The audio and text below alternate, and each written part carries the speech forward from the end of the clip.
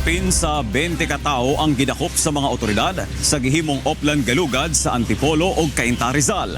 Ang balita ihatod kanato ni Jenica Cruz. Nagsagawa ng Oplan Galugad ang Philippine National Police at Armed Forces of the Philippines sa Antipolo City at Cainta Rizal. Mahigit 20 gumagamit ng illegal na droga at ilang wanted person ang nadakip sa magkahiwalay na operasyon. Ayon sa mga otoridad, kabilang sa kanilang informante ang isang drug user na nangako makikipagtulungan sa kanila. Takaan ko rin mama magsalita Marami naman kayo. Wala pa kayong karapatan. Karapatan mo nga, di ba binasahan? Aminado naman ang ilang mga nahuling suspect. Yun lang nga sir inaamin ko noon yun. Nagtinda ako niyan. Yun kaya nga CS ako dahil wala akong asawa. Mag-isa lang ako. Nakaipon ako niyan. Kaya yun pinang-CS ko. Dapat pinarehab lang. Ganun yun.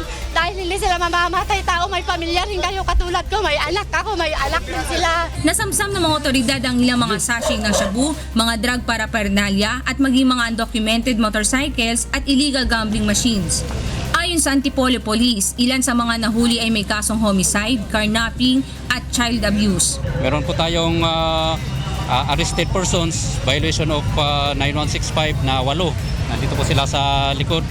May na-arrest din tayo through service of warrant of arrest na 5. Patuloy ang panawagan ng mga otoridad sa publiko na tumulong sa pagsuplong ng sino mang gumagamit at sangkot sa operasyon ng illegal na droga sa kani-kanyang lugar.